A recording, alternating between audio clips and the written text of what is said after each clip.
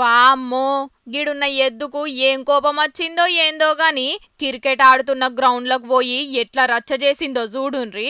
ఇక దోస్తులందరు కలిసి గ్రౌండ్ లో మంచిగా క్రికెట్ మ్యాచ్ ఆడుకుంటున్నారు.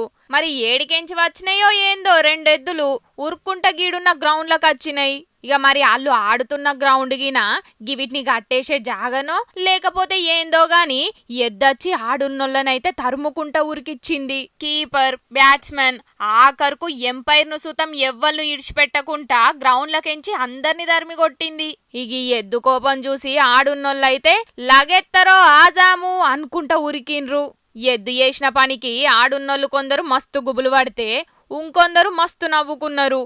ఏడైందో ఏమో గాని వీడియో వైరల్ అయ్యే వరకు ఇంటర్నేషనల్ మ్యాచ్ల కదా పాములు పచ్చులు పోయి మ్యాచ్ను ఆపినట్టే గిడున్న ఎద్దు పోయి మ్యాచ్ను ఆపిందని కామెంట్లు పెడుతున్నారు కొందరు.